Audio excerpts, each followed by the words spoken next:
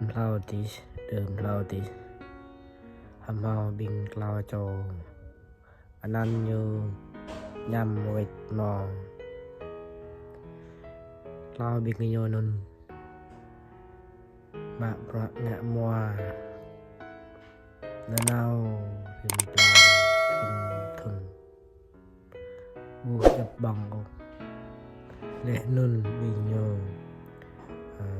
pra đuổi yêu tòa hạ bạc bình như lấy hả? Ra một chợ chợ chợ phở bớn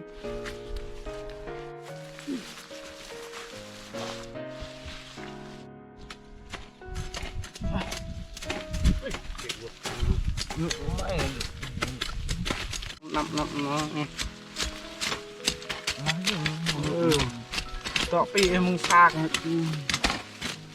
răng tạ lùn to lại chặt vào này có rút của tơi á dạ vào này anh nhầm già nè chết đỡ chết này chắc nè tê nè ho thôi mà xe đây hôm ho thôi gạ bệt con là thành gạ bên neo anh nhầm già này có rút mà xe tươi mới hả tươi có anh đồng hoa cái đó trời mình hiểm em mình đó bơi nên nó gạ khi mình thuần hiểm lạt là trở thành nằm lại buông màu bạc rồi màu bạc hiểm bại em mình lại có mình từ này dỗi mình ý lại giờ là tạm màu bạc làng nó nấu rìm rề rìm plan rìm thuần buông thao buông màu bạc rồi bạn tôi có mình này ta nào tua lăng vạ là có bình dương thò bộ bạ thò vậy với mình lại đuôi mình nào chứ nên phải là ta nói nào thì làm qua họ tụi ta bị nghĩ nên mệt xét nhà cái nam y soi kết in re bập bên này họ ta nào họ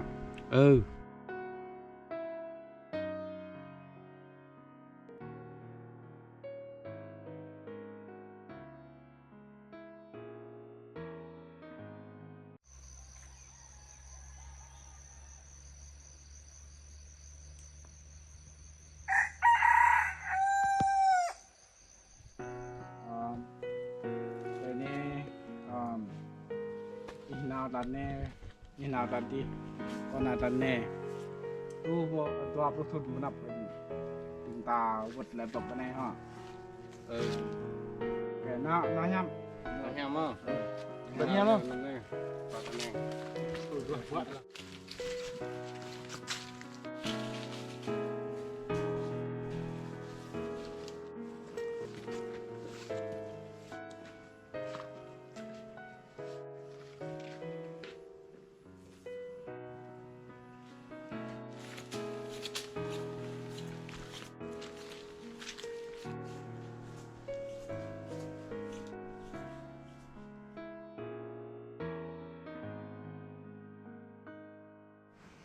em đang lại vào Việt Nam à?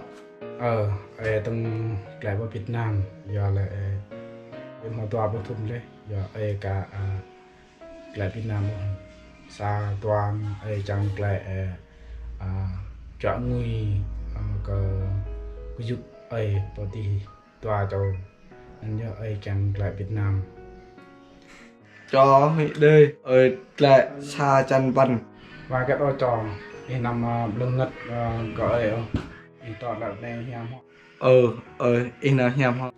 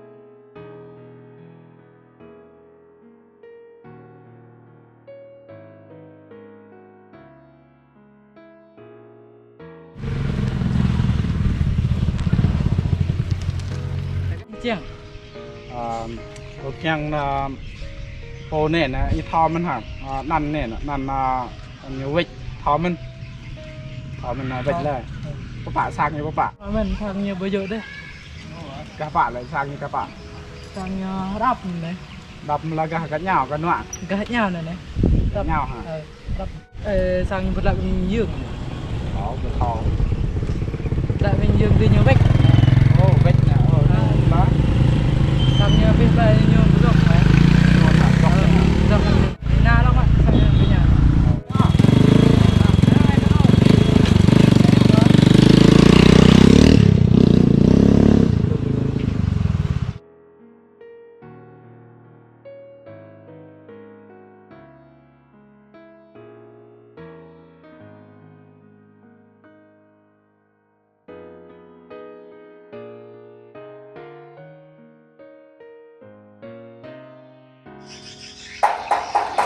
mọi người có sang mà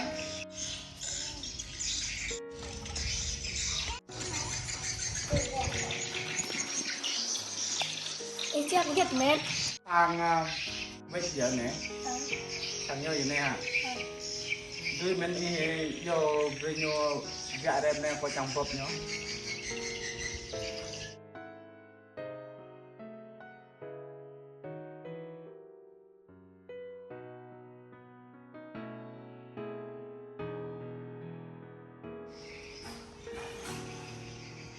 Ơi, tôi chẳng ít. lên Có bị thọ. nãy ba nó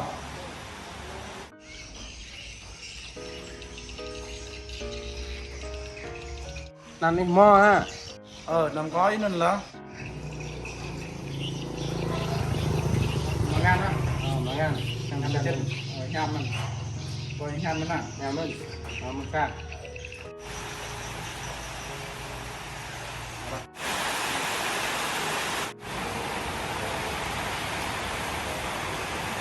lên Rồi, nó mang bây giờ đó.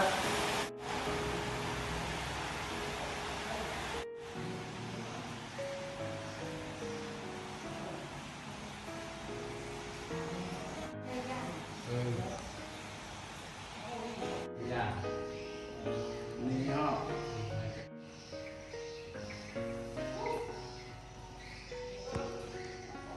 món ăn này hả Ngồi vô. có thể bạn mình Mình đâu xong vợ nó đưa dạy đó. Ừ.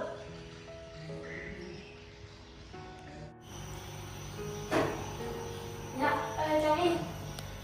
Chặt con hả? Ừ. Chặt con. Như độ không thích.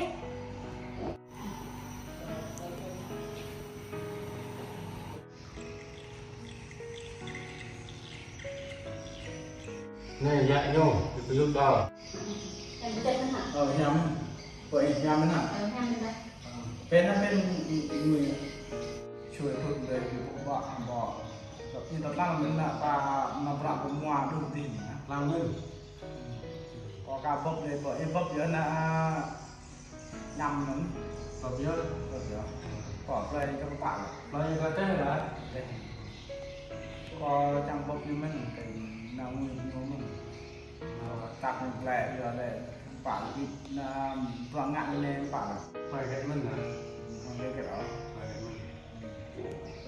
nhằm bài trên nhằm mình nhiều mà đoạn bảo như Vợ hoa đây ta mà.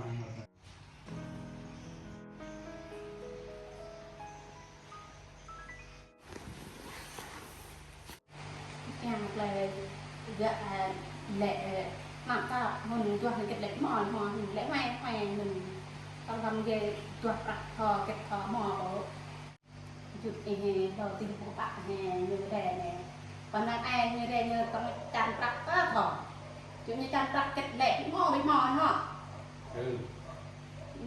là đầu tiên của bạn hay ghê như cái tọa nhiều ta pháp chứ mình nhiều ta cô ta vui như chứ nhiều thằng chăn trắc như mình lệ bị mò hơn lệ thì có lệ chưa bây giờ Ừ.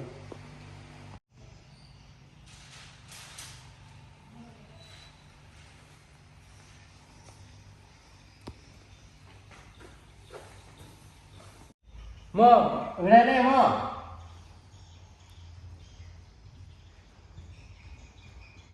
Ê, chào chị ơi. Nào sợ chơi, sợ nhầm, bài em này không? Mua vẫn dạ mua còn cái nào bắt đậu mình dạ mua giúp thì họ còn nào cũng mua hẹn hòn lẹ mua mẹ con lẹ nè nè mặt sẽ nhằm đã sợi ập mình nhằm bị nhằm ha là mặt sẽ dạ mặt sợi nhằm không cho có ta bọc bây giờ mặt ta tụi mặt sợi ập cái đây nhằm một nghe đó nè mặt sợi ập như đây này đó họ mẹ có lẽ nó tụ hụt nè bây giờ nè hụt nè nhưng mà ta rụt thế ha nó sọ về ra hạt ha vậy đừng có lẽ chưa nằm mặt sẽ dạ bây giờ mặt gọc nữa bọc Ui hả, một loạt hả? tụi con toàn lại bắt sao nữa Hoa kết ta cho họ hơi bắt cái gì để hoa kết đó nè có gọi là mùng nè có tông nào đi từng nào một loạt đi từng là heo nhưng mà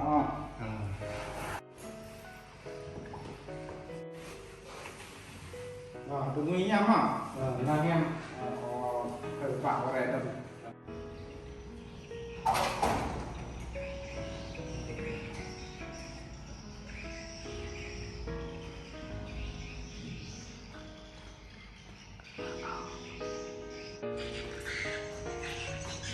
tụi nguy nhắm đó là heo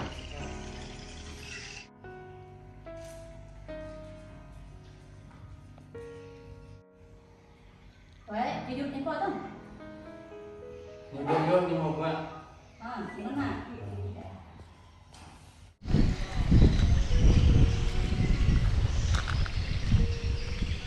Thôi mình bằng nằm Thôi mình sang năm mới đây là cái rồi là ví dụ như này bên này ha nên là nằm này có nó nào á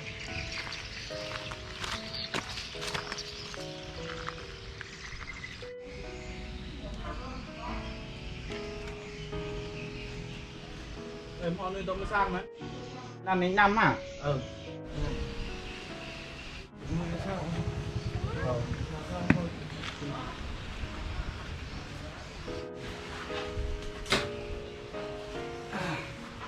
bỏ mò nằm này nhá Mò chứ.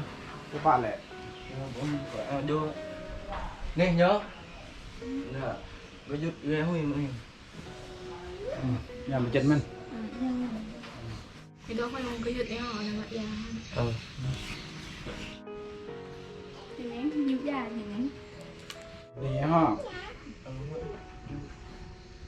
Sao không biết giờ ở ngoài cái đó nó sang lên cũng mỏ không Thì cái này có lẽ nghĩ vậy. Hiện tại hồi mong cứ giật anh họ có phạt là giờ tôi học tập phải về vậy nào. em phải về đây. Tí em là và cứ giật em là hồi con khách. Nè, nó khách luôn nè. Và nó cứ giật em họ sẽ không. Nè, phải giúp mong mà thôi.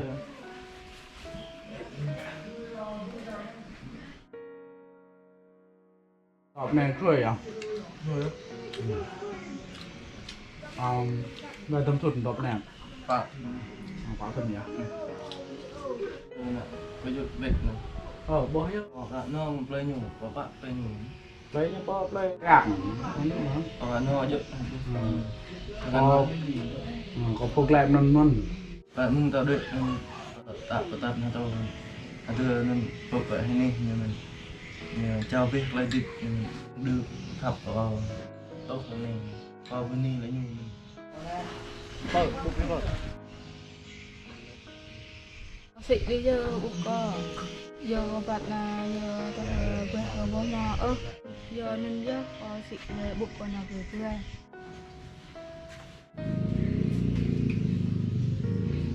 này luôn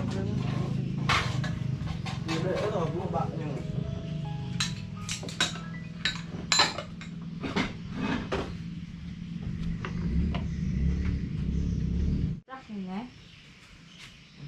vặt